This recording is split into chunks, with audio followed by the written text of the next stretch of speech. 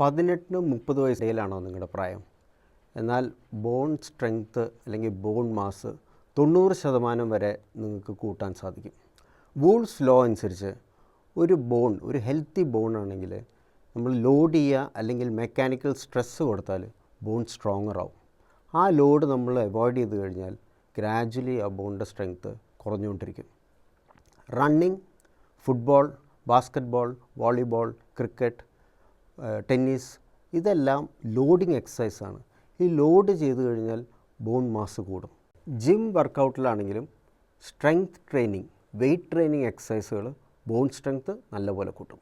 നേരെ മറിച്ച് cycling, swimming ഇങ്ങനെയുള്ള എക്സസൈസുകളിൽ ബോൺ സ്ട്രെങ്ത്ത് കുറവായിരിക്കും. കാരണം അത് ബോൺ റിലീവിങ് എക്സസൈസാണ്.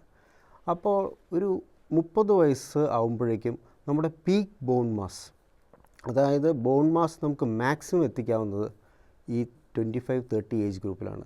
അതിനുശേഷം നമ്മൾ എത്ര ലോഡിങ് എക്സസൈസ് ചെയ്താലും നമ്മുടെ ബോൺ മാസ് കൂടാൻ പോകുന്നില്ല. അതിനാണ് പീക്ക് ബോൺ മാസ് എന്ന് പറയുന്നത്. അപ്പോൾ നമ്മൾ അഗ്രസീവായിട്ട് ലോഡിങ് എക്സസൈസാണ് ഈ ഏജ് ഗ്രൂപ്പിൽ ചെയ്യേണ്ടത്. ഒരു പരിധി വരെ നമുക്ക് അത് കഴിഞ്ഞാൽ അത് ഹോൾഡ് ചെയ്ത് നിർത്താൻ സാധിക്കും, പക്ഷേ ഒരു ഡിക്ലൈൻ ഉറപ്പാണ്.